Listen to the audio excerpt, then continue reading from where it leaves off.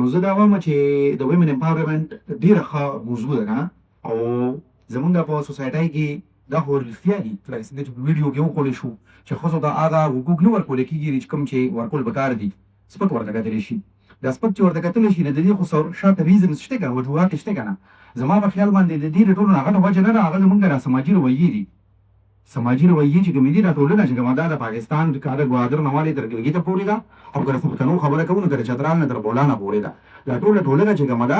دی اول ښځې ته د انسان په نظر نه ګوري تر دې پورې چې په پښتو کې خو موږ پښتو سره د پښتونخوا سره خپل وطن ولس او خارې سره مینه کوو خو په پښتو کې خو داسې متلونه دي چې هسې دلته کې ستاسو په مخکې ویلی نه شم چې دوی د پښتو کې د ښځو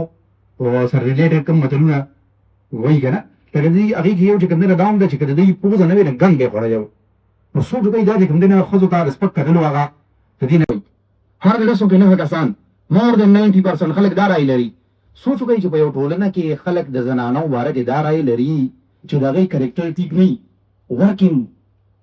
لیډیز چې کوم دي د هغې کرکټر ټیک نه وي نو په هغه ټولنه کې به خلک خپلو ماشومانو له څنګه راسي اجازت ورکړي جینکو له چې هغې یې سبق ووایي نو دا زمونږ د سماجي رویې لري دا ډېره غټه مسله مونږ ته جوړه شوې ده دا ویډیو کې چې څه وکړل چې داسې کېږي صرف د جون په میاشت کې چې څه وشو مونږ را خبرونه نه شو کتې نو چې دا مونږ د هر داسې چې کوم دی راځي ماشومان جینکۍ هغوی سره زیاتي او د هغوی قتل دا خو داسې جوړ شو چې لکه یو نیو نارمل دی جوړ شو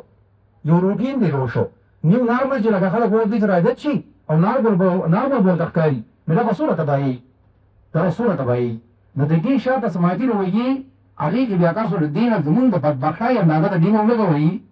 چې یو سټینګ پرایم منسټر اف پاکستان هم یو بېلې ته چې د هغه په دور کې د هریسمنټ یو واقعه وشوه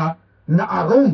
د دینور وزیر اعظم هم لیډر اعظم هم دا ویلي وو ښځو له یې پکار دي چې بې وخته د کور دننه وځي ښځو له د لباس خیال ساتل پکار دي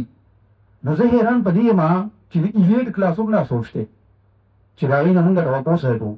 نو چې د دې نه ګورئ دا لکه دا کېده چې باد مخالف چلېږي نو په دې کې چې کمې ښځې کمې زنانه کمې جنکۍ زموږ خویندې بهر راوځي نو راځئ د باد مخالف مقابله کوي نو چې دوی د باد مخالف مقابله وکړي بیا کامیابي به خامخا د دې کې رنګونه ښکلوي خبره راغله چې وزیر اعظم هم دا خبرې کوي چې دوی د لباس خیال ساتل پکار دی د دې مطلب دی که نه چې کله هم د هریسمنټ هره یو واقع وشي نو د هریسمنټ د هرې واقعې نه پس مجرم کوم دی چې چا کرایم کوي هغه ګناهګارانو وضع باندې خلک ښځې ګناهګارۍ جنکۍ ګناهګارۍ او هغه ماشومان یې ګناهګارۍ نو پته نشته د 3 کالو ماشومه جنۍ د 2 کالو ماشومه جنۍ د هغې به هم د لباس مسله وه هغې کې به هم څه مسله وه هغې به هم له دې خلکو او بیا هغه د هغې ورله هغه ټکي ورله کوم کتلي د سړو بیا جذبات به کوېږي